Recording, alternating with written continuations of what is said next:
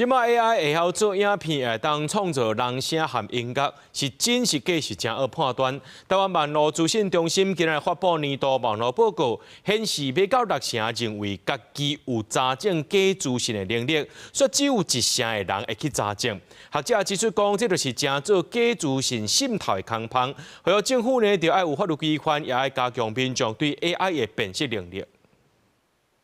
AI 影像真济，像美国总统川普、前台积电董事长张忠谋和前台北市长霍龙斌等等，拢捌互提起黑白道。不过 AI 愈来愈有路，像外国网站这个人无存在内底，这相片拢是 AI 做的，假人说真好辨识。台湾网络资讯中心做的年度网络报告，并对网络的资讯有要6成认为家己有查证能力，说敢若1成有定在查证。新闻的来源，这个发现了这个数位媒体事实上在这几年快速成长，大家可以看到这个红色线，对不对？这个2022年的时候是52.49，今年可能有什么选举大罢免选，它还是一样，这个扩大到59.25。网络报告嘛显示，台湾 AI 的使用率有43.19%。有学者指出，其实多数人敢若用 AI 来翻译做简单的图，建议政府要加强成人教育，深化对 AI 的理解和使用。另外，面对 AI 要有法律规范和提升素养教育的议题，拢有8成的支持度。有学者呼吁政府应当公开表示 AI 资讯提升和加强 AI 的辨识。假讯息或是